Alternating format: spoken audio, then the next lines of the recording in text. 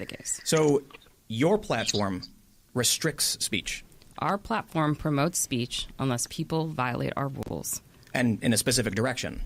In any direction. But I don't want to say his name. The guy who calls for death gets a suspension. The guy who insinuates death gets a permanent ban. But Tim, you're misinterpreting what I'm saying, and I feel like you're doing it deliberately. It's not about one particular thing. It's about a pattern and practice of violating our rules. And you have a pattern and practice of banning only one faction of people. I don't agree with that. Quillette recently published an article where they looked at 22 high-profile bannings from 2015 and found 21 of them were only on one side of the cultural debate. But I don't look at the political spectrum of people when I'm looking at their tweets. Right, you have a bias. I don't know who they are. You're biased, and you're targeting specific individuals because your rules support this perspective. No, I don't agree with that. Well, so can you be clear, though, in like what rules support that perspective? Specifically, the easiest one is misgendering, right? Because that's so clearly ideological. If you ask a conservative, what is misgendering, they'll say if someone is biologically male and you call them, she...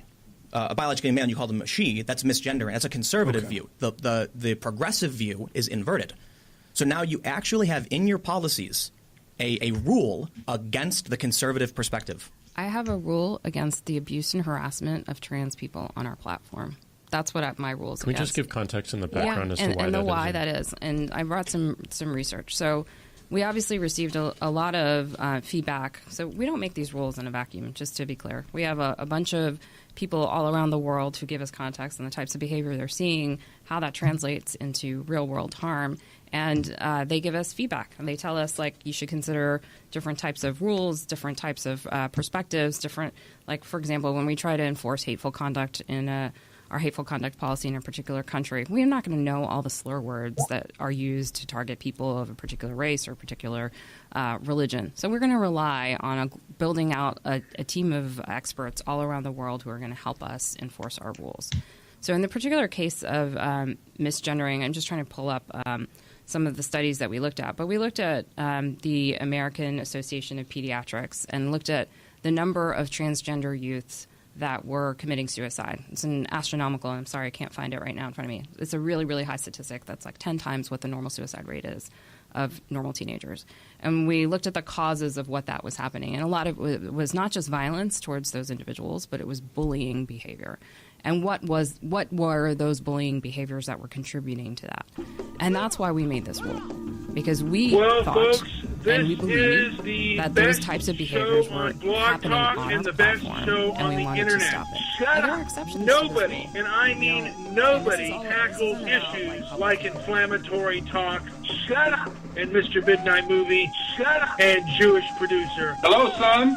Shut up. We tackle the things that nobody tackles. Hello, son. Demand answers. Hello, son. Stop walking on eggshells. Shut up. Hello, son. Goofy Bone can get off his bloviated fat enchilada ass and start talking about La Raza. Hello, son.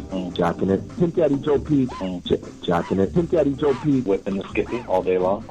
We're making a movie about white guilt. We're going to examine all these facts. Shut up. The civil rights movement today basically protects criminals. Okay, stop interrupting me. We're making a movie about white guilt. Okay, stop interrupting me. Shut up. We're making a movie about white guilt. Done in a beautiful fashion. The documentary, at the same time, both prose and poetry. It's not the noble movement that it was. I'm above you on all these issues. I've been to the military. I have served in the capacity to protect your rights to bloviate. To protect your rights to bloviate. Who are you to tell me what my style is, you meth addict? I've been to the military. How do you know I'm a meth addict? I'm above you on all these issues. How do you know I'm a meth addict? You haven't served in the military. In fact, you wouldn't be fit for the military. I'm a racist, and I don't consider myself an especially evil person. What's this got to do with the price of rice in China? Well, I'm just telling you, I'm a better man than you are. You're a narcissist. We've established that. Okay, stop interrupting me.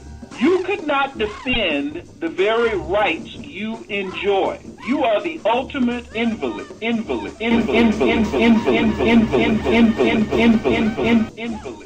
I put stock in you. I'm wondering why Mr. Solutions isn't on Debbie Daly's show. What's this got to do with the price of rice in China? Money. I'm into aviation. Money. Power. Money. Power. Man boobs. Shut up. I see why Sick the Tank daddies kicked his ass and kicked him out of the house early on. Man boobs. Shut up. I'm going to talk over you as loud as I can. I've got my speaker full blast to blow you away. Shut up. Mr. Midnight Movie. My name is Delano. I have killed Mr. Midnight Movie. I stabbed that son of a bitch. This is Money. Power. Money. Power. tired. Money. Power. Money.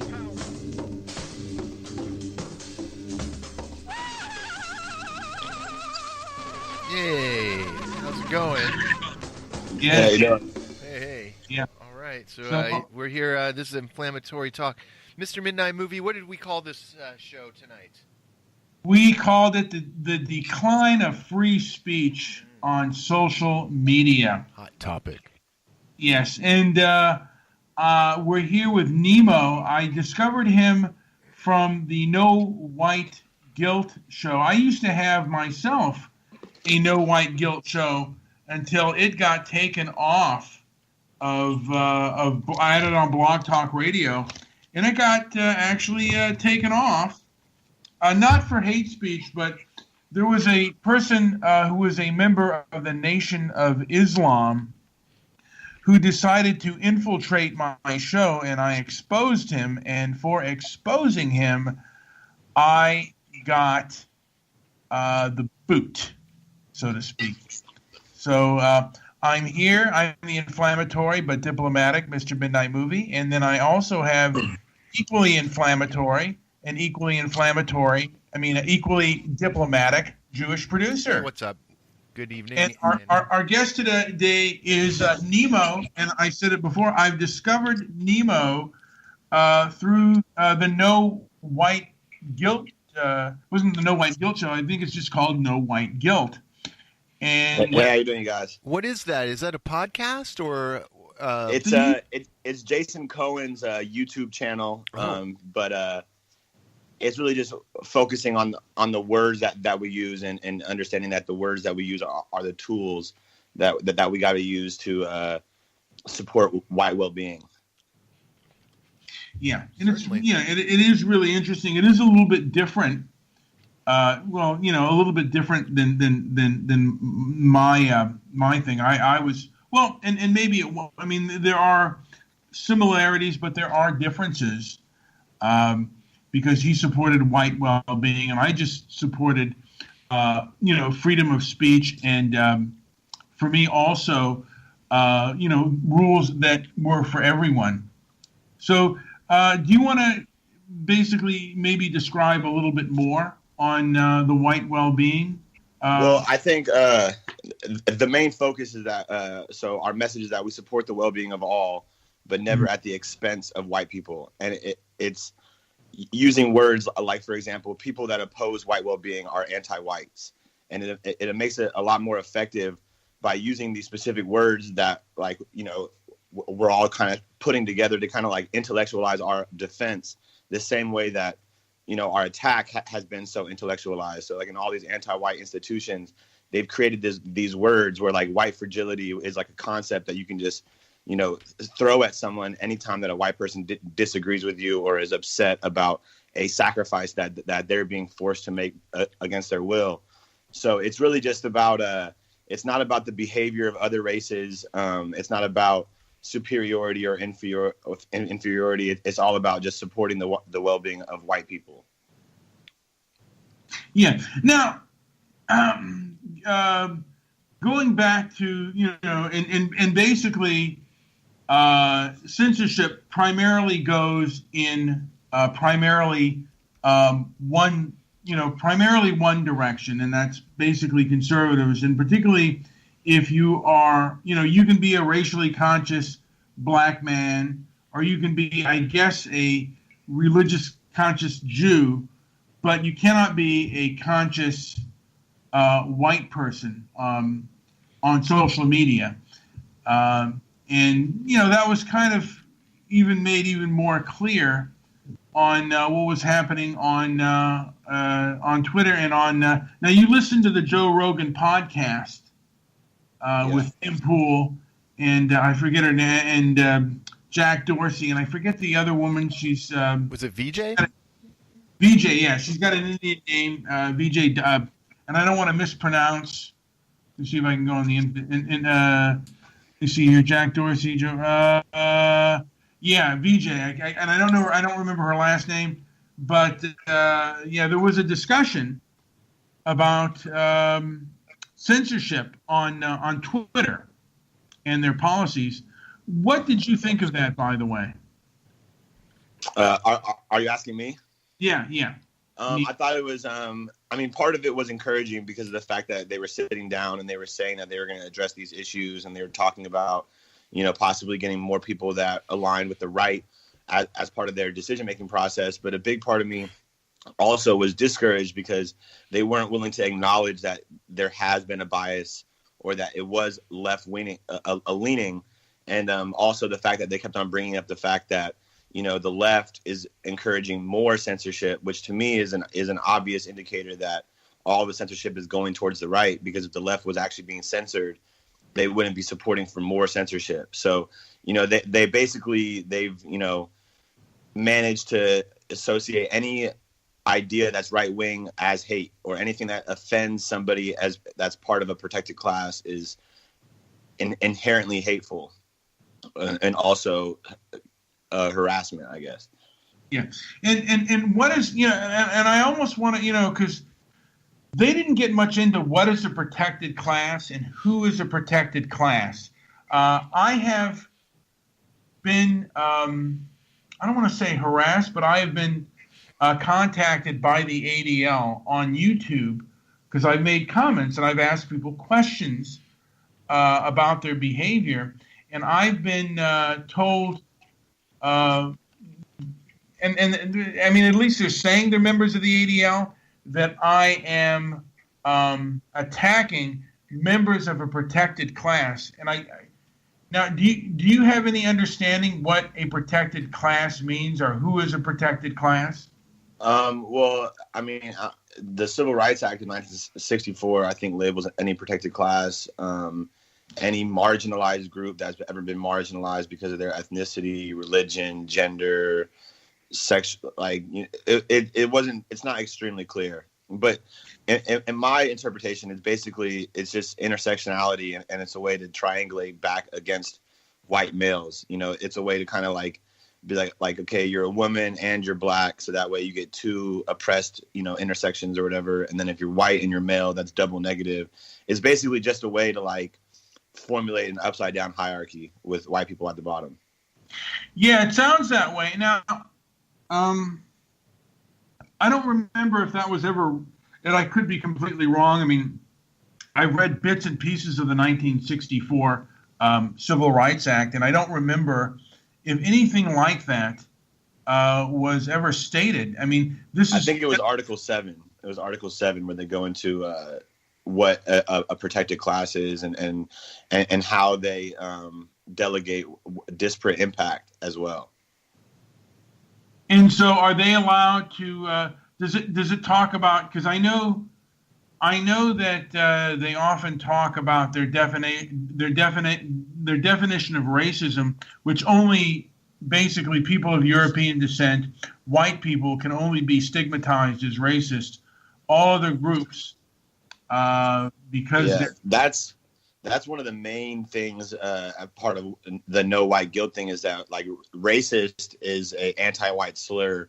That's a pretext or a justification for racial resentment towards white people. So we don't even refer to we call it anti-whiteism, and our goal is to absolve that word from everyone from using that word, because the word is really a non-informative descriptor that doesn't actually mean anything. It's like calling someone provocative or a heretic, where once someone says, oh, they're a racist, you actually have to give them a qualifier of why they're racist. Oh, they don't like black people. Oh, they don't like this type of person.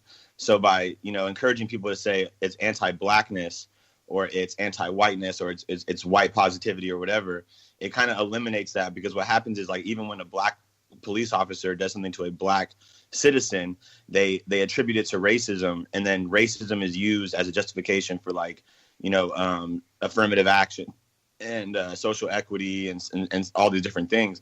It's basically just an extortion technique. That word alone is anti-white. Yeah, I mean, and that was, but that was, like I said, and that makes me want to look at the 1964. I know they have a Public Accommodations Act, but I think it was the Civil Rights Industrial Complex, which I call it, which is, in my opinion, a worldwide institution with many branches on there, not only in America, but wherever people of European descent are. You can take a look at what's going on in Europe with the massive migration and even the treatment of the Europeans that are living in those countries. I mean, I don't know if you know much about that, there were 14. Someone said about 1,400 rapes over the years in Rotherham, England, by primarily Pakistani people of Pakistani descent. I mean, if they weren't immigrants, they were parents of immigrants, and the police did very little about it because they didn't want to be seen as racist. Yeah, we call those hush crimes. So those are just hush crimes. Like, there are hush crimes every single day, rapes in America as well. I mean, obviously it's worse in Europe because they're not as isolated, so it's harder to maintain your borders even than here. But those are just hush crimes that happens every day, where it's like perpetuating uncomfortable truths about groups that aren't white are seen as hateful. It's considered hate. Simply noticing a negative trend or a crime or anything. Yeah. Now, you said you were, because one of the shows that we had on was we had a gentleman by the name of Colin Flaherty. Right. On our, and I don't know if you're familiar with him. Yeah, I'm a fan. I'm a fan of his. And Don't Make the Black Kids Angry. Now, and his White Girl Bleed a Lot, I think, too. Yeah. Now, his YouTube channel is, he has to rename it habitually because it's habitually getting flagged by civil rights groups.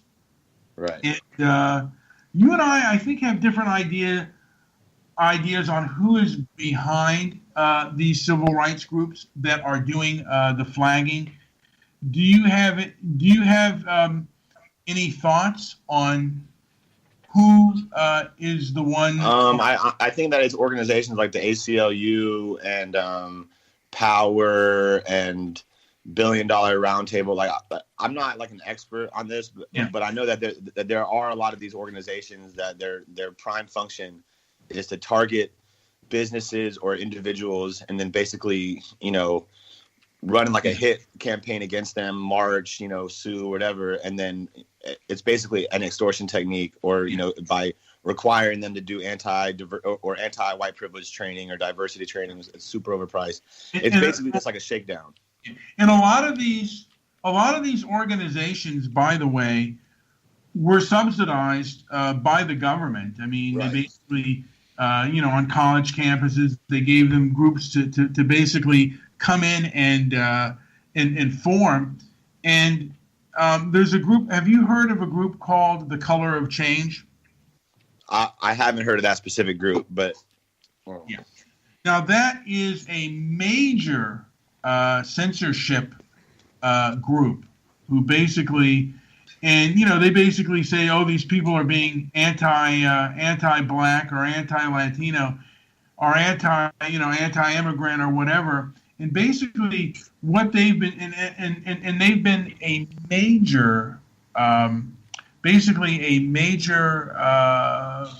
reason why things on social media and major companies are pulling out, like anytime, are pulling out like their advertising, and why certain conservative groups that have a certain bent. Because if you say anything about, particularly like about what's going on in South Africa right now, right?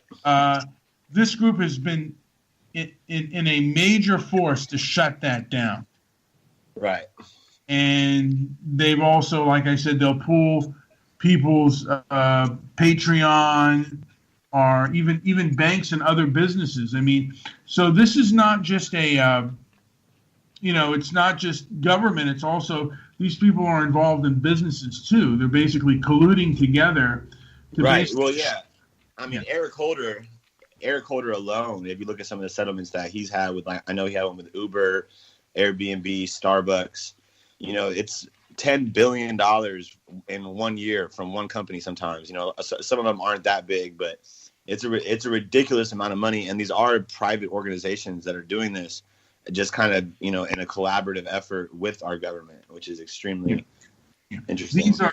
These are multi-billion-dollar industries that have, you know, like, and every multinational business has, particularly the worst in America, has a diversity department, and that diversity department makes policy about censorship, and they convince banks and other groups basically to, you know, hey, take away their checking account. Like I said, I don't know if you know about Patreon taking away, like Sargon of Akkad got his Patreon removed. And these people were basically the middleman. And it's like they're making it so only one type of speech and one type of only the left is allowed to talk on issues of racial matters. Right. Only the Oprahs and there's, you know, the Jane Elliots and the, you know, and the BuzzFeeds. They're the only ones that can be racially conscious. Well, it's not only about being racially conscious. It's also about anti-white ideas are the only ideas that are permitted. So anything that's anti-white is going to be considered a sign of virtue. Like, you know, oh, you're opposing the whites, which is, you know, the good people. And then if you're white positive, they're going to immediately mischaracterize you as hateful, racist, you know, Nazi, supremacist, dangerous, you know, and it's really just the two sides of the exact same coin with just, you know, with a rebranding effort. Yeah. And hold on one second. You know what? I do have a person contacting me, and hold on one second. I might have to hang up on him. JP, should I bring on One Angry to the call? Do you think he might add an interesting? You know, just, you know, do your thing. You're in control of the button, man. Do it. All right, I'm gonna now. Nemo, do you mind if a gentleman by the name he goes by the name of One Angry Jew or Uncle Maury? Not at all. All right, so I'm gonna bring him on and see if he has anything to add to the conversation here, as he is, you know, usually a contributor to our podcast. Why would you ask somebody whether they mind? Well, it is our show. Now, get on with it. What's going on with you? What do you have to add to our great discussion going on so far? Oh, I just started listening, so I'm sure I'll have something to add. What is your discussion about? Well, it is the decline of free speech on social media. Yeah, and? Well, recently, Tim Pool Tim Pool is he's a YouTube, and he's also a journalist who basically has been cracking the, you know, like how social media, and he's been a First Amendment warrior basically on YouTube. And he was on the Joe Rogan podcast along with Jack Dorsey, and I can't pronounce her. Let me see if I can find her name here. Her name is I don't. It's okay. Go on. Her name's VJ. Go on. Yeah, her name is VJ. She's the person in charge of you know, the codes of conduct on she is Twitter. actually responsible for banning people on there. It's pretty amazing that she has that responsibility, if you ask me. Yeah. And well, so you want to play a little bit of it, JP, so we can maybe get more into the feeling of the conversation. Sure. Yeah. So we're about You 3 mean- minutes into You mean this. do a little bit of a radio reset? Yeah. It's not our fault you weren't listening. You're just butting into our conversation. But we'll catch you up to date in no time with this video. So I'm going to play some of it right now. Intention of abusing and harassing a trans person on the platform, and are they viewing it that way and reporting it to us so that we take action? So I will just state, I actually agree with the rule. From my point of view, I agree that bullying and harassing trans people is entirely wrong. I disagree with it. But I just want to make sure it's clear to everybody who's listening. My point is simply that, Ben Shapiro went on a talk show and absolutely refused. And that's his shtick, and he's one of the biggest podcasts in the world. So if you have all of his millions upon millions of followers who are looking at this rule saying this goes against my view of the world, and it's literally 60+ million in this country, you do have a rule that's ideologically bent. And it's true. You did the research. You believe this. Well, then you have Ben Shapiro, who did his research and doesn't believe it. Yeah, and I relied on the American Association of Pediatrics and Human Rights Council and other. And I'm sure he has his sources too for when he gives his statements. The point is, but you have equally. I just wonder if they have that context. And that's where we have also failed, as well as just explaining the why behind a lot of our policy and reasons. I would agree, and I think it's fine. You did research and you found this to be true, but we can't simply say maybe Ben Shapiro and the other conservatives who feel this way don't know. Okay, are we at a stopping point, or you want to keep playing? Let's keep playing. We have to. We can't. The point I'm trying to make is it's simply Rogan, whether you believe it, whether you justify. Joe Rogan chimes in just a second. Or not is not the point. The point is you do have this rule. That rule is at odds with conservatives. Period.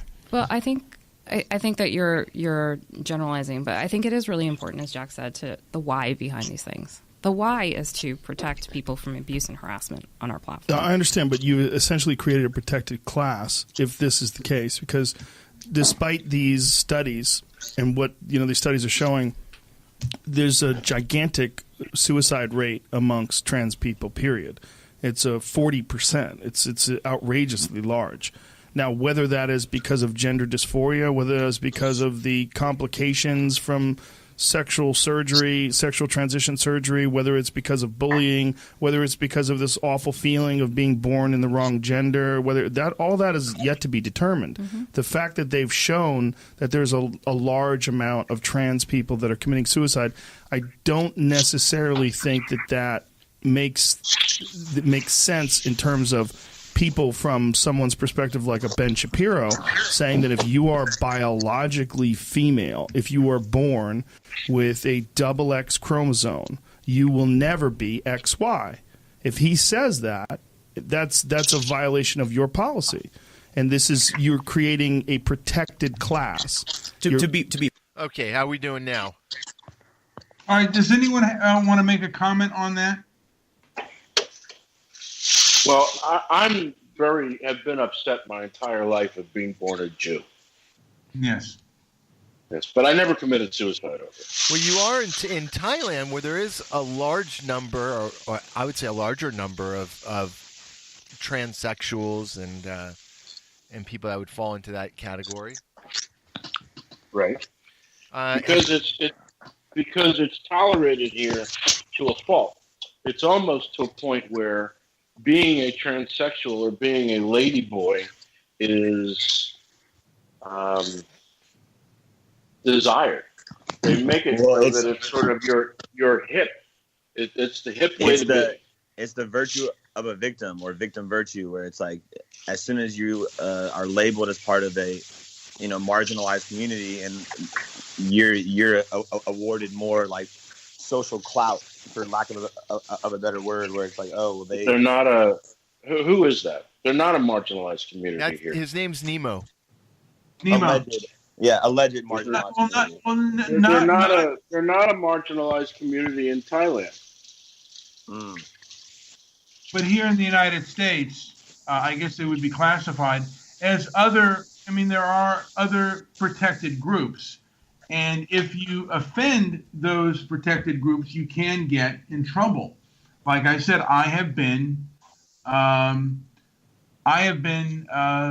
and it was basically I was on I was on some Nation of Islam channel, and I was threatened by the ADL that action could be taken against me because I attacked someone of a protected class, which meant black. And I think as far as the hierarchy goes in America, and I don't even know, and it could be also in parts of Europe, that blacks are considered the highest of the protected class. Well, what actions were you threatened with? They were going to kick me off the platform, basically, because basically the ADL has is with the I guess they are with the leadership of YouTube, and they make censoring decisions, and they do have the power. I mean, they have powerful influence over YouTube. Well, YouTube is Google, and Google, obviously, you know where they lean. Yes. And you know where black people vote? Yes. So that's the real protection, isn't it? Yes. Well, yes. They could give a shit. They could give a shit about black people or transgenders or gay people or any of that. What they care about is how they vote. If black people started voting predominantly on the Republican side, they would no longer be a protected class. I actually agree with that. I think that, it's they're trying to turn every single quote unquote group against the main group intentionally, because the main group is the biggest threat to their status quo. Well, who is the main group these days? Because I don't think white people are in the main group anymore. I would say, I wouldn't say that like white people are in power. I wouldn't say that it's like white supremacists. I would say that we live in a system of diversity. But when I was saying the main group, I meant the majority population. So I think that it's basically trying to take every single group and then attribute all of their obstacles to some type of ignorance or manipulation or sabotage created by white people. And I would agree with that. You said that you don't agree with that? No, I said I would agree with that. Yeah. Yeah, I would agree with that. I think that particularly the civil rights movement basically does that. They basically want to create a victim class, but I think a lot of it, and they stroke a lot of egos basically, and they get people to action, and they become, to a degree, once a noble cause into very much a censorship organization. Well, yeah. Well, I mean, they take the perimeter defense, which I often use, where it's like when they're like protecting these ideas, they don't allow any type of opposition to their ideas. So for the last 30, 40 years, a simple critique of the black community can be considered hateful, so much to the point where if you ask black people what part of black dysfunction are black people responsible for, they literally will tell you none of it. They'll say our family structure, our economic level, our criminality rate, like all these things are all 100% to blame on white people or white supremacy or racism, whatever word they want to use. And it's completely robbed any type of culpability for any of these groups. So that's why it's unable to improve as well, because of the thought control. Yeah, and like I said, any type of harm that's done to people who are white is basically censored. Like I said, I pointed out Colin Flaherty, and I've even police records are sometimes not even public, because I guess what they say is that they are afraid on how the white public is going to react. And right. Well, it's like, Chicago just took all those gangs out of their database, and basically no universities will post any statistics about suspensions, grades, violence, or anything at university regarding race, just because they feel like, that information could be a breach or divisive, I guess. Well, and the truth is, it's really against the Freedom of Information Act. You know, these are public schools and public institutions, and they are keeping information away from the populace because they're, you know, like I said, they're afraid of what white folks are going to do or how white folks are going to behave. Like we're children, or like we're barbaric animals that, you know, like we're gonna hurt somebody if we have information. And it's just, you know, I just think that white people's guilt is essential for, you know, this system's longevity. So as soon as, like, you know, as soon as the guilt bank dries up towards non-whites from whites, then all of these demands cease to have any power. You know, it's like, so I feel like it's also they're trying to maintain the level of guilt, and they don't want, you know, certain inconvenient or inconvenient realities to ruin it for them. Well, you know, like I said, that is true. And the thing of it is, you just can't. I don't know. You can't. You know, you can't have you know, any free exchange of ideas. And like I said, the punishment, because what they talk on social media is the punishment is biased, and not just on Twitter, but also on YouTube and on Facebook and on all these other platforms that are supposed to be a, you know, we're advertised as a public square and a public forum. And they go a little bit deeper, like in the Joe Rogan podcast, they went a little bit deeper that they were putting laws out there that go beyond our free speech laws. Right. And I don't know how much they were getting into the whole hate speech thing, because, I mean, as I recall, they did talk a little bit about hate speech, and I don't know. I guess they only talked about the trans that were protected groups. And I'll tell you something. For me, the trans were not that big of an issue. I mean, that's less of an issue than the civil rights industrial complex that puts whites at odds and really is I would say is something that is far more likely to get you in trouble, or if you get stigmatized or branded as a racist, that can really hurt you economically, mentally, and even put you in physical danger.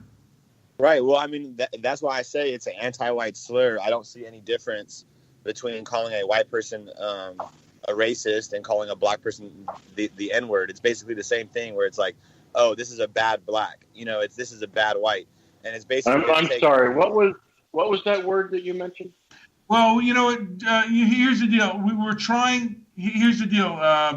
When angry, we were trying to get like more people to listen, and we've been advised not to have like very limited to no profanity, and even that word, because less people, you know, will listen to our podcast if we do that. That's, you know, and that's so we have. Essentially, what you're telling me is you're being very niggardly with the truth.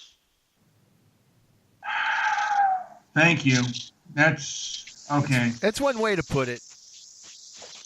Well, is that a correct statement that you're being niggardly with the actual truth? Well, I don't know why you would get that or even say that, and that just hurts us. Why would you not? Why would he say N-word?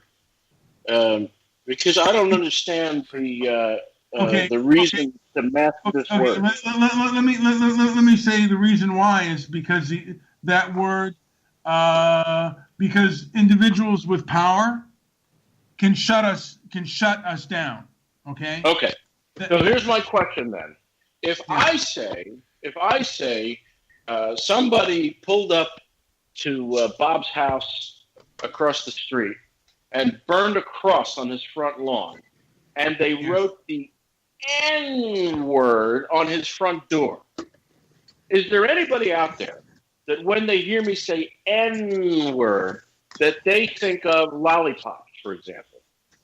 You know what? I'm not saying that I agree with the policy. I'm saying, as for now, that is the policy, and people with power. There are negative ramifications or consequences to using certain words. That's just how it is right now. That's where we're at. And that's meaning. I find that to be insulting. Well, insulting or not, it is the rules. Not enough people think it's insulting, rules. Unfortunately. The masses are going for it. Who made these rules? Because if I say N-word, is there anybody out there that thinks of lollipops or daffodils as I say that? What are people thinking in their mind when I say N-word? Well, yeah, you're drawing the picture for them. I get it. When you use that, you're giving them an idea of what you want to express. I don't go on other people's shows and just start throwing the N-word around. Even on our show, I don't like saying it just because of the negative consequences that come along with it. Now I have a book. This is all pretend. So we pretend not to know what the word means. It's a strange or what the concept. word is. Yeah, it is a strange. Can you explain that, because this mechanism eludes me? I get it. It's frustrating. I don't like to have any word that you have to use an anagram for. It's not frustrating. I just don't understand it. So when I say N-word, I shouldn't think of anything negative. I should think of daffodils and lollipops. Well, here's the deal. When that word is said, it gets, I've tweeted this to a couple of people, and when that word gets said, it lessens the individuals that are going to listen to it, and it hurts the overall cause of freedom. And I understand about freedom of speech and what's allowed to be said and who can say what, but as of now, that is something that can that is inflammatory enough for the powers that be can stop people from listening and and hearing what is being said. I mean, that's just the way it is. It's not. I'm sorry. What I find inflammatory right now is all that background noise. What is all that background noise? I got it. I'm not. Okay. Sorry about that. Oh, we got rid of it. Oh, that's good. Okay. So let me see if I understand you correctly. But if I'm a black man, I'm allowed to say not N-word.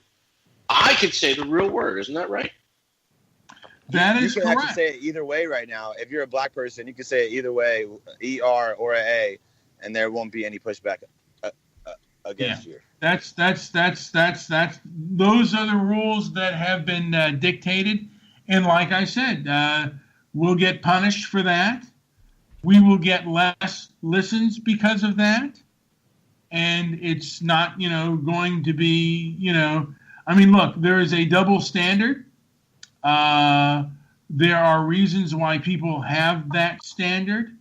It is a form, in my opinion, to a degree, it is a form of vendetta because it's it's a thing of living in the past.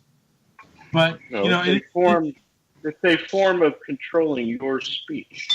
Yeah, I definitely agree. I think that it encourages non-white racial sensitivity because it kind of gives them like a righteous feeling where it's like, oh, we have the laws on our side because we're so correct, and it perpetuates the idea that anyone who has negative ideas about black people are inherently immoral. Yeah. Well, do you have any negative thoughts about black people?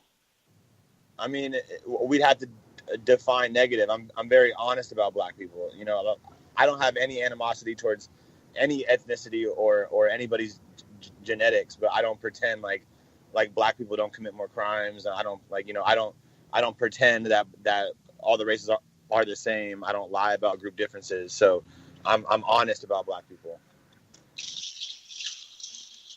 You are.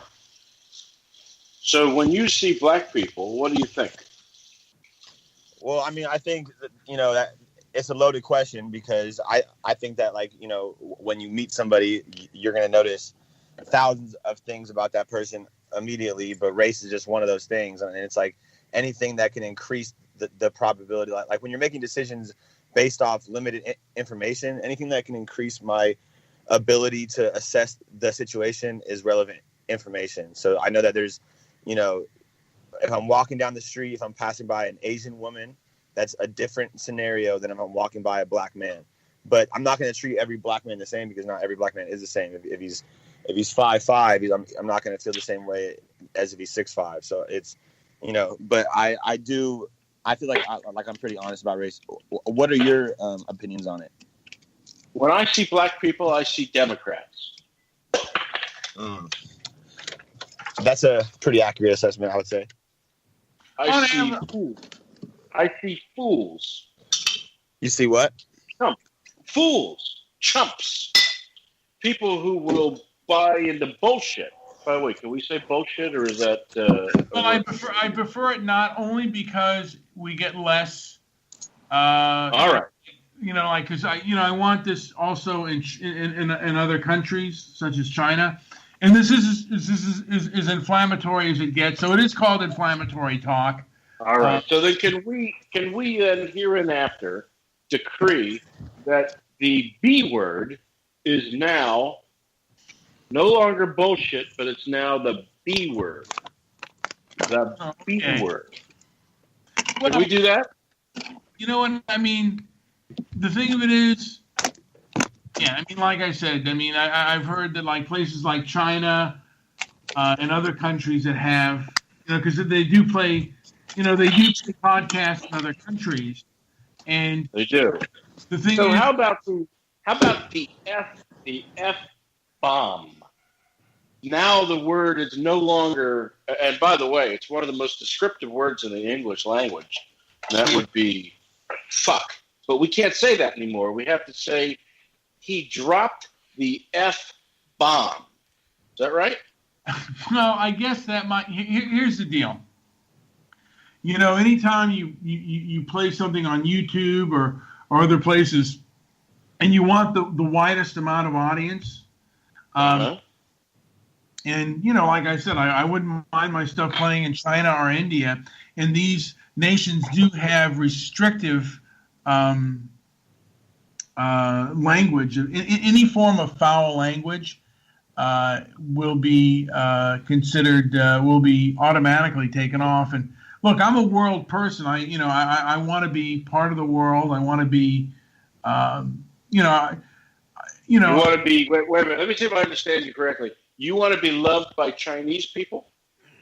I don't know if I want to be loved by Chinese people, but I would like Chinese people to listen to me, and I would like, and I wouldn't mind listening to Chinese people.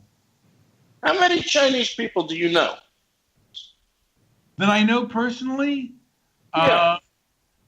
I took a self-defense class. I know quite a few. Yeah, with a Chinese person. Just one? Well, one that I know like fairly well, and he was actually born in China, and his mother speaks Chinese, and I've done a little bit of yoga and a little bit of exercise with the guy. I'm trying to take the picture of you doing yoga out of my mind. It's just it's much too terrifying at this time of day. But okay. Let me ask you a question. Can we also strike out the word actually? While we're cleaning up our language and not using the N word or dropping the F bomb, can he call it the A word? Actually, well, no. I just have a question for you. Did you actually take a class with a Chinese person? He sure did. Who was actually born in China, or did you take a class with a Chinese person who was born in China? Because I'm not getting the difference between the word actually born in China and born in China. Well, you're right. He was born in China. I'll only use it if it's, okay. He was born in China. And we took a class together, and we had a few exchanges, a few cultural exchanges. And like I said, I've known a few people around the world. I was actually born overseas in Germany. Wait a minute. Were you born in Germany or actually born in Germany? I was born in Germany. Wow. Not actually. You were born in Germany. He was. Yes. Oh. On an Air Force base in Wiesbaden, on an American Air Force base. I see. So, does that make you foreign-born? You can't be a president? No, I was born on an American base, which is, I guess, I believe it's considered American soil. I could actually, there you go. I could be wrong. I could very well be wrong, but then again, I could very well be right. I would like to heretofore designate that you should not use the word God anymore. You should say the G word. I don't want you to offend any atheists or agnostics, or anybody who, or certainly any Muslims. I'm sorry. Okay, we're dealing right now with semantics. And yes. Yeah, JP, can we play a little bit more of the clip? We could. Why don't we do that? Fair, targeted. Yeah, if it's targeted at or targeting. Yes. If he wants to express that opinion, he is fully entitled to express that opinion. If he's doing it in a manner that's targeted at an individual, repeatedly, and saying that, okay, but what that's about where the intent and the what's going on with Martina Navratilova right now? Martina Navratilova. Why can't I say her last name? I don't know. I don't think I've ever said it. Martina Navratilova. Is it Talova? Trelova? That doesn't sound anyway. Right. Epic, world-class, legend tennis player, right, who happens to be a lesbian, is being harassed because she says that she doesn't believe that trans women, meaning someone who is biologically male, who transitions to a female, should be able to compete in sports against biological females. This is something that I agree with. This is something I have personally experienced a tremendous amount of harassment because I stood up when there was a woman who was a trans woman who was fighting biological females in mixed martial arts fights and destroying these women. And I was saying, you just watch this and tell me this doesn't look crazy to you. Go ahead. Well, my point is, you should be able to express yourself. And if you say that you believe someone is biologically male, even though they identify as a female, that's a perspective that should be valid. I mean, this is someone's. This is first of all, it's biologically correct. So we have a problem in that if your standards and your policies are not biologically accurate, then you're dealing with an ideological policy. And just because, I mean, I don't want to target trans people. I don't want to harass them. I'll call anybody whatever they want. I mean, if you want to change your name to a woman's name and identify as a woman, I'm 100% cool with that. But by saying I don't think that you should be able to compete as a woman, this opens me up for harassment. And I never reported any of it. I just don't pay attention to it. But going into like Meghan Murphy, for instance. Right, you can call that targeted harassment if Meghan Murphy, who is, for those that don't know, she's a radical feminist who refuses to use the transgender pronouns. If she's in an argument with a trans person over whether or not they should be allowed in sports or in biologically female spaces, and she refuses to use their pronoun because of her ideology, you'll ban them. Again, it depends on the context on the platform, and it's also not banned permanently. Like, you get warnings. Well, she was banned permanently, but let's be clear about what happened. But she was warned because you explained it to me. What did she actually do?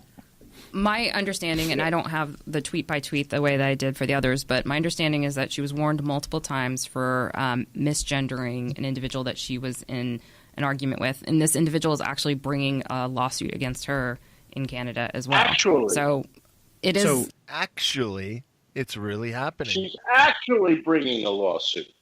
Yes. And she was misgendered. Listen, I want to identify from now on as a Komodo dragon. And if everyone doesn't endorse him, you're actually hateful. Actually hateful. True.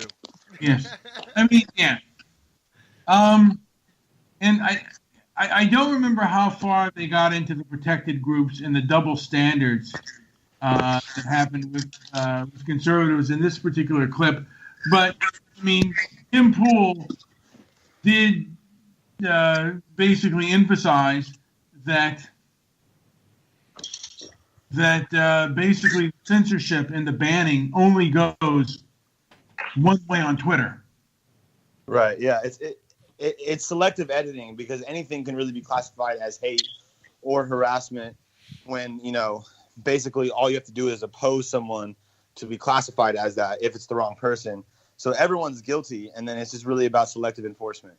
It's about them, enforcing it with the people that they view to be a problem. So, someone calling me, if I get into an argument with someone and they're calling me girl or sis or she, to try to emasculate me, they're not going to look at that as like a problem. But if that same thing happens to a transgender person, it's going to be an issue because they're part of a protected class. That's true. That's true.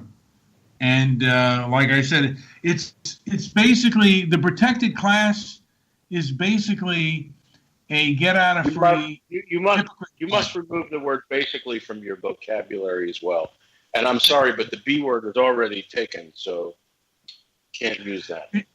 You can count on one angry Jew to really hype up the semantics, as the semantics were hyped up in the VJ, and I don't remember her last name. Gaddy. But Gaddy, VJ Gaddy, to hype up the semantics. I think that One Angry would have a great contest with VJ Gaddy about the semantics that she pulled on why she banned conservatives. I may actually listen. Yeah, but it was really kind of as though she was just almost being dishonest about it. And like I said, I don't think that Susan Wojcicki of YouTube would ever go on. So I do appreciate the fact that she did go on, and Jack Darcy went on to talk about censorship and say that they would do something about it. And like I said, I don't think that that Jack Darcy, not Jack Darcy, but Susan Wojcicki and the people of Google would ever go on the Joe Rogan podcast and talk about censorship. Right, yeah, that was the one encouraging part. Like, it was all negative, but the fact that they were there and that they talked for 3 hours, to me, says a lot.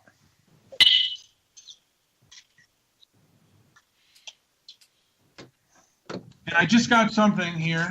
Biggs, who previously worked with InfoWars. I don't know much about this. I didn't follow up, but he tweeted out, Chase has shut my account. And then you have the new chairman of the Proud Boys, Enrique, I forgot his last name, Tarrio or something. And so... Sounds really white. Oh, no, he's Afro-Cuban. Are you playing that Mr. Midnight movie? So what I see across the board, it's not just... And this is what oh, yeah, and also the Proud Boys was also, I believe, taken off Twitter as well. And they've been deemed a white supremacist group. That's right. Wasn't that headed by Gavin McInnes? Yeah. Yeah, that is correct. But it was... Who was tossed off of Blaze TV when CRTV merged with it. Now, how do you feel about that, One Angry? I think that everybody has lost their minds. I agree with that. Yeah, they seem to be giving in to, because even the conservatives have white guilt. But they're not really conservatives. you might be right on that. I mean, they're certainly not in favor of freedom of speech, and they sure haven't done a good job of conserving anything for the last 20 to 25 years. It's been constant compromise and constant laissez-faire approach to every problem, where it's like, oh, well, this is just one little compromise. This is just one little compromise, where our opposition is having a perimeter defense, where they don't compromise on anything, even at the very border of their ideas, which is I mean, the Republicans invited Van Jones to speak, and that man is a major, from my understanding, is a major censor, and he is deeply involved in a group called the Color of Change. That group actively goes out and censors what they consider to be white supremacist and racist content. And their net is extremely large in that area, and they allowed him to speak. And conservatives don't basically conserve everything; they give up and they try to compromise with. I use the word racist because they compromise with black and brown racists and their white enablers, who enable them to have their double standards, and it's really kind of garbage. The thing that I've realized recently is that simply pointing out the double standards isn't a effective tactic, because of the fact that these people actually agree with the double standards. So you're going to find yourself in a triangular argument where you're pointing out a double standard. Well, they'll tell you that double standards don't exist. Then you point the double standard out, and then they give you the justification for the double standard without actually, acknowledging that there is a double standard.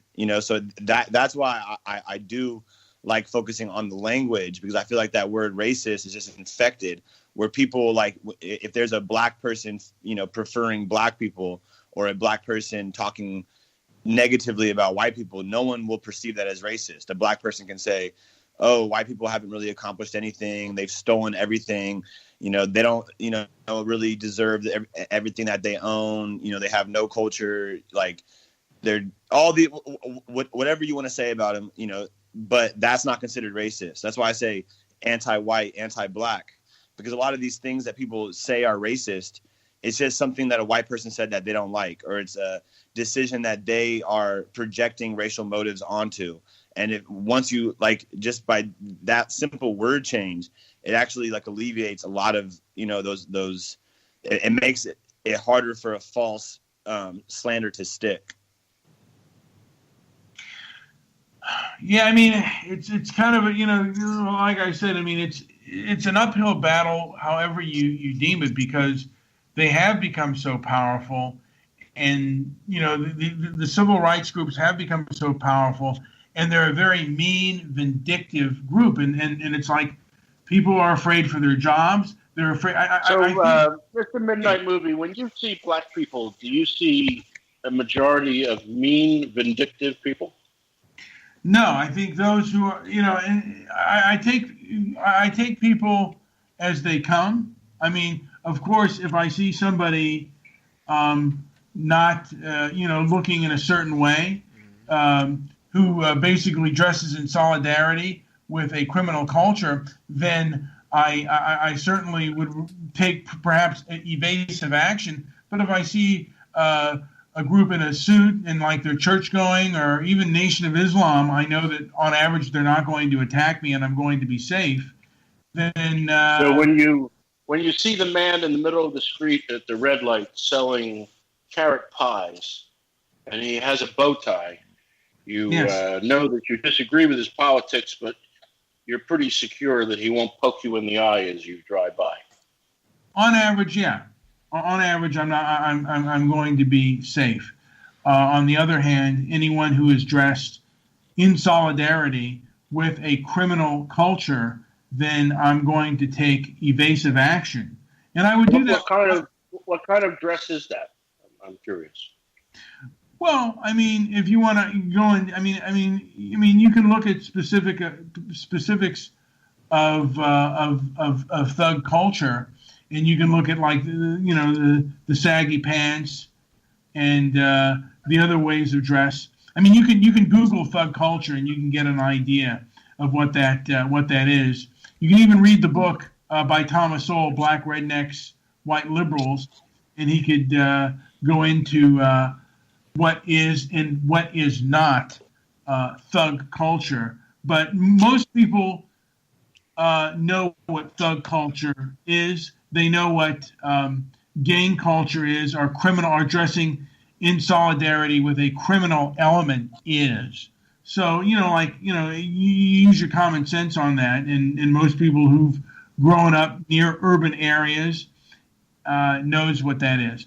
But I take everybody, I have to talk to them. Like if I'm meeting somebody, I have to talk to them and get to know them, and I'll know if they're an SJW or a or a sensible person just by talking to them. You have to get to know them and talk to them before you can assess a lot of things.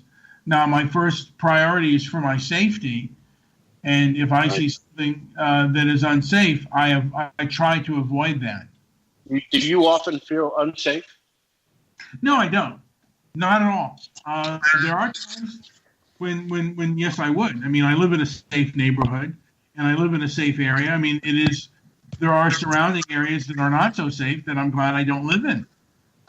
Are those predominantly not so safe areas? Are they black areas?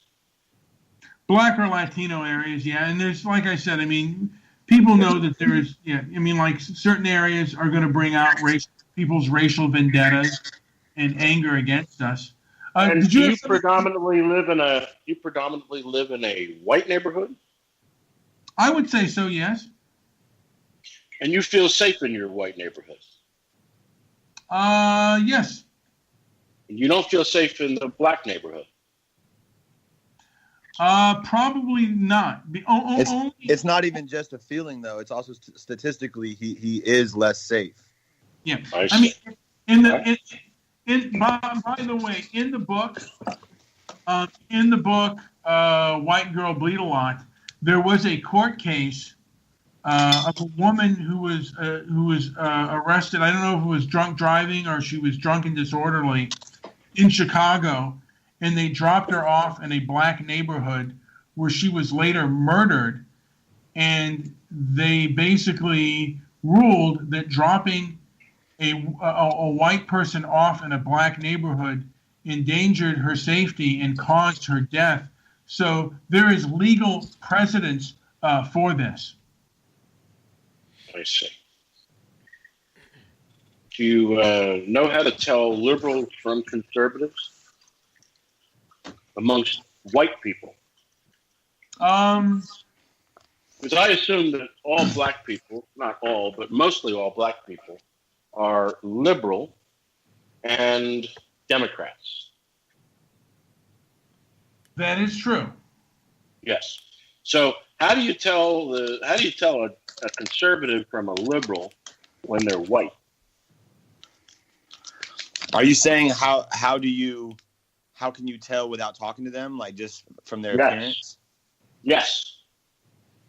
I mean, the way that I do it is, basically for men, how masculine they are. I've noticed that more masculine men tend to be more conservative, and more feminine men tend to be more left-leaning. And then also with women, if she seems traditional and somewhat submissive, and those things, that's probably how I would make that decision based off limited information. But I'm wrong a lot of the time.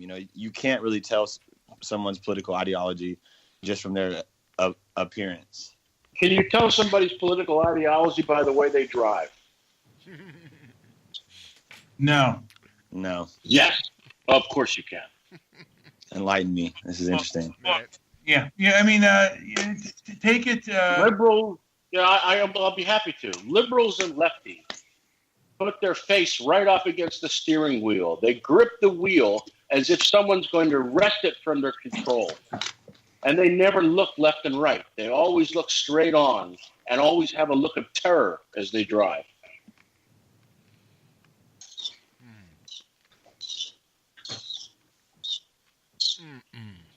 Would you like to know how to tell liberals from conservatives? Yes. When they're white? When they're white? Sure. If you can see their teeth and gums when they talk, they're liberals. Why is that? Play a video of Alexandria Ocasio-Cortez, any video you want where she's talking, and tell me if you think it's normal that you can see all of her teeth all the time and her gums as well.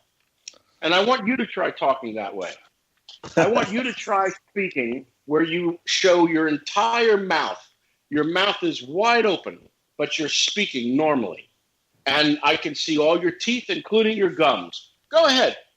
Go find a YouTube video of Ocasio-Cortez, and you'll see exactly what I'm talking about. Now, Go on. I don't know why. I don't know why. Now, is that only her, or do other liberals do that as well? Go find more videos of liberals speaking and tell me if I'm wrong. You know what? That's something I'll look into. I don't know why that's significant to the conversation. It gives them away. Well, I would think that more their ideology gives them away. And well, not if they don't speak. Not if they're just standing there in a police lineup. Just tell them smile, and if you can see their gums, you're 100%. Yeah. That's. I don't know why that's even significant, but okay. Jesus. Well, play a video of Alexandria Cortez, and tell me if you think that the way that she talks is natural. All right, I might do that. You know what? I might save that for a show on Can You Tell our Spot on. Is someone else calling? Oh my! Who could that be? Yo, what's up, man? What's going Hold on, bro? I'm doing a show real quick. Let me call you back. All right. Thanks, dude. That was Jimmy. I'm sorry. Was that your pimp or drug dealer? That was Jimmy. I Jimmy accidentally picked it up, but he. Yeah. Same thing. Yes. So yeah, getting back to the to the Tim Pool thing. Yes. I think the main thing that people need to take away and we need to start understanding to combat this one-way censorship is we have to be very vigilant and like not allowing people to label things like for example, if someone labels something hate when it's actually just opposition, it's like that's not hate. If I tell a transgender woman that she's not really a woman or whatever, that's not coming from hate. That's coming from my opinion. And then also making sure that they don't conflate respecting others and endorsing others, where it's like, if they're actually trying to endorse a quote unquote healthy environment for everyone to be involved, they can't be, clipping one person's ideas and then allowing the other person to have the full range of thought. And those concepts, I think, have just been conflated intentionally in order to justify discrimination against certain ideas. Yeah, I mean, that is an interesting concept. I have to mull that over in my brain to. Because think about if you oppose transgenderism, they'll label that as hatred. If you oppose, say I'll ask people, okay, so do you think that there's someone out there that opposes immigration, opposes abortion, and opposes all these things that is still moral? And they're they freeze up because it's they've moralized these decisions in their head, where it's if you don't support this thing, it's because you're hateful. They're assigning their own negative motivation to other people's actions in order just to justify silencing those ideas. Well, yeah, I mean, tell me what it is that you hate. Do you hate anything? Do I hate anything? I hate anti-whiteism. Yeah. I hate anybody who's anti-white. That's basically it. How about despising? Do you despise any group? I mean, besides anti-whites, no. Well, most black people are anti-white. Right. Yeah. So if there's black, let me ask you: do you despise black people in general? No, I don't have any racial resentment towards any race. But if you're anti-white, regardless of your race, most black people are anti-white, don't you? Right. Despise So I would say that I have a problem with a higher portion of the black population than other populations, but a lot of whites are anti-white too. Yeah. There are plenty of what he would consider to be anti-white whites. Yeah. Out there. We have a name for those people who are white and despise white people. Do you know what we call them? What do you call them? Jews. Well, there are plenty. Well, let's just be honest. One angry there are plenty of. I guess you would say. Jews. I'm sorry. Can't you call me one angry Jew? Why do you keep calling me one angry? Okay, one angry Jew. There are plenty of Jews that enable this double standard and the conduct. Yeah. I mean, a lot of them are involved. There are a lot of anti-white Jews. That's for sure. There's a lot of anti-freedom Jews. Why is that? I have no idea. I mean, there are a lot of freedom Jews as well. I mean, they used to be the champions of freedom of speech and freedom of expression, but that seems to have changed. They seem to have changed. And I have no idea why that is. I have no idea. Are you aware of the shooting of the First Amendment auditor in Los Angeles 2 weeks ago? No. You're not. You're not aware of the shooting of a First Amendment auditor in Los Angeles. Was it Los Angeles or San Francisco? I think it was Los Angeles. At a Jewish, no, I shouldn't have to say Jewish, but at a synagogue. You're not aware of this? No, I am not. A transgender First Amendment auditor who goes by the name of Furry Potato. His name is, I forget what his name is, but it's Hispanic. He was shot outside of a Jewish synagogue. This was a YouTube star, I think, right? Not a star, but a personality. I wouldn't call him a star, but he's one of the more prolific First Amendment auditors. Yes, well, who goes by the name of Furry Potato. He's a transgender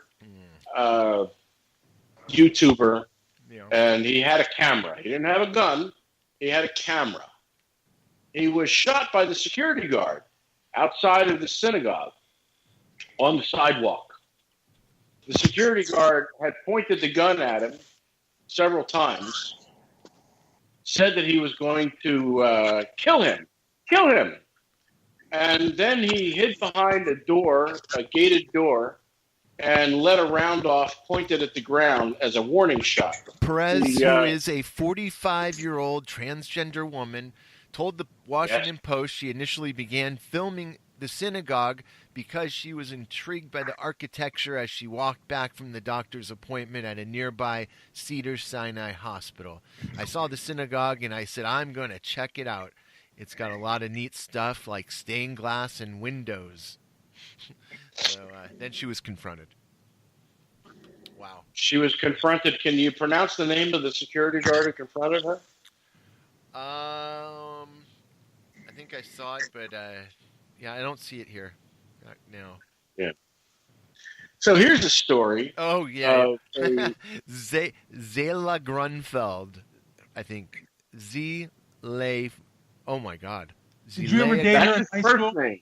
That's his first name. It is? Oh, no. Yeah, that's not his last name. You got to be kidding. Grunfeld Edwin Zelige Grunfeld. There you go. Edwin. Now, you have a story here. You have a story here of a transgender with a camera who was shot outside of a synagogue. The synagogue made no apologies for shooting the transgender man. In fact, they doubled down and came out and said, well, we were scared. We were scared of a very slight transgender man, a confused man, who had a camera. The Jews came out. Yeah. I'm sorry. Yes, Mr. Midnight Movie. Yes. Did they think that he had a gun or a weapon on him? No.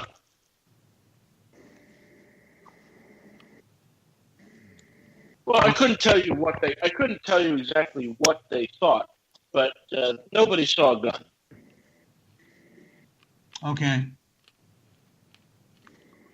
Yeah, I'm not really surprised that there wasn't, that they weren't really held accountable. That's why when we had mentioned that we said blacks were the most protected class. In my opinion, I agree with that in a lot of ways because blacks are the most coddled class. They're the ones that are like constantly like come on blacks, you can do it. So it's like they're the most coddled. But when you talk about Jews, that's the one group where you can't criticize anything that they do as a group. Like you can't notice them as a group. You can't say that they all do certain things. You can't say that they're more successful than others. Even just noticing anything about them as a group can be considered hateful. But then on the flip side of that, they are always allowed and encouraged to view themselves as a group and to advocate for their own group interests. And then when you think about white people, it's the exact opposite, where we're allowed to be criticized as a group. We are allowed to be held accountable for other people that were born white. Oh, wait a minute. Aren't Jews white?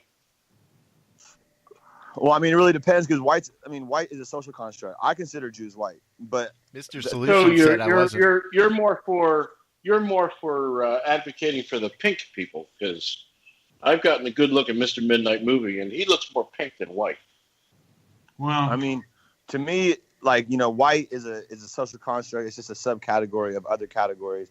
You can argue, it's like colors. It's like, in Japan, they didn't have two different words for blue and green. And, for a long time, Japanese people had issues differentiating between blue and green. All of these terms are just subcategories on the spectrum. So whether or not, if you say, are Jews white, it depends if you're talking about there's two Germans and a Jew, he's probably less white. But if there's, two Germans, a Jew, and then there's an African person, he is white. So it's really relative. I'm sorry. Is that a joke? Two Germans and a Jew walk into a bar? No. What? As soon as I said it, I was like, I probably should have used something else. But, I was like, fuck it. Yeah. Are German people white? Are German people white? Yeah, Germans are white. So if Germans can be white, why can't Jews be white? Well, the way that I would differentiate it is like most of the time when I ask Jewish people, I say, "Are you the same as other white people?" They say no. So that's they do. Many Jews do not consider themselves white. By the way, right? So that's why Roseanne Barr does not consider herself white. Yeah. What does she consider herself to be? A Jew. Yeah, I know Jewish people that do consider themselves white, and I know Jewish people that don't consider themselves white. Jewish is religion. It's also an ethnicity. It's also a culture as well. It is. I wasn't aware of that. So what color would the one angry Jew be? Angry? Angry isn't a color. Well, neither is Jewish. Yeah, but Jewish people would be white. I would consider them white. It's like if you're going to consider Greeks white and, because if you're talking about just strictly genetics, every ethnicity is genetically distinct. So, it just depends on where you are drawing these arbitrary, differentiating borders. On average, one angry Jew, can you usually spot a Jewish person? Yes. Okay. Yeah. And Nemo, are you familiar much with the Bible? I'm just curious because I could never seem to get a good Bible or biblical answer for why there are color. Why are there different colors? I mean, I think that the reason that there's different colors is a genetic. I don't think that would be something that would be in the Bible.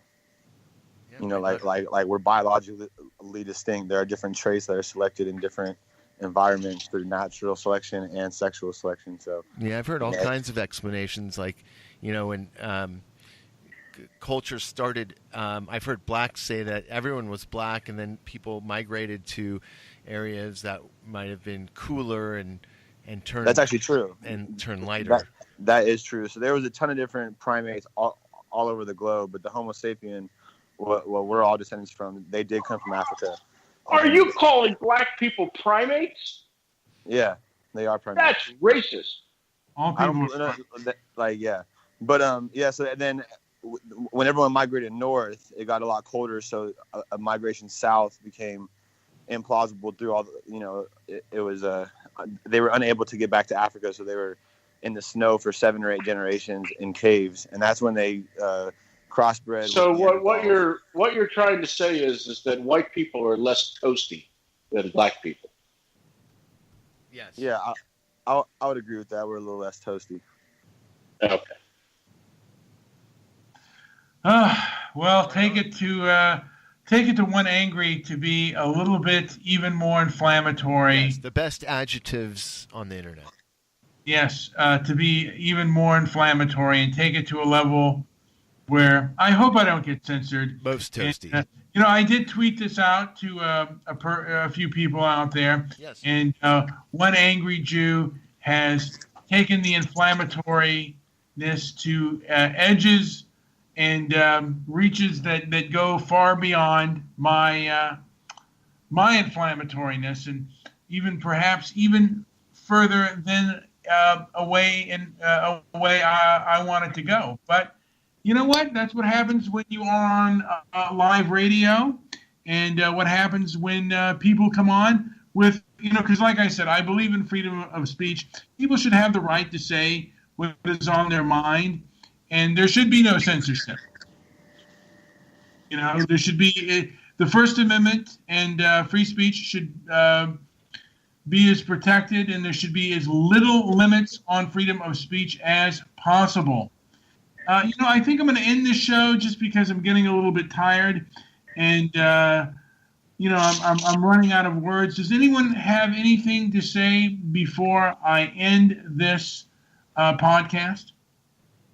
Yeah, I'll touch on what you just said. We kind of got off topic overall, but overall, I think that there should be no censorship on Twitter. I think that they should give people the option to take quizzes, and then you know, set up their own type of parental or, you know, some type of controls that would allow different levels of Twitter, so that the people that were willing to, you know, not be censored from anything and were willing to hear everything, they could hear and see whatever they want, say whatever they want. And then if people wanted a more censored version of it, they would just go down to level G or whatever it is. And that's just my thoughts on the whole censorship topic. Yeah, and I would agree with that. We're not, you know, particularly if you're not a child. I mean, as an adult, I want to hear everything. And, you know, as becoming an adult, you're able to hear things and like it's just an opinion. One angry Jew, do you have anything to add to the conversation before I call this a day? Only, please, oh merciful Allah, end the show quickly. Thank you. JP, you want to play us out and end this puppy? Yes, you have made this in a very birthday to forget. Thank you all. Thank you. It's your birthday? It is. Oh, happy birthday, man. Thanks, Thanks for coming on. The best show on Blog Talk. Yeah, thanks for coming on, and you're more than welcome to join us anytime. And you could suck a dick, one angry Jew. What are you laughing at? Say the word nigger. Just say it. Oh, shit. You know what? Here's the deal. I mean, I hope everyone enjoyed. And nobody, and I mean nobody, tackles issues like inflammatory talk. Shut up. And Mr. Midnight Movie. Shut up. And Jewish producer.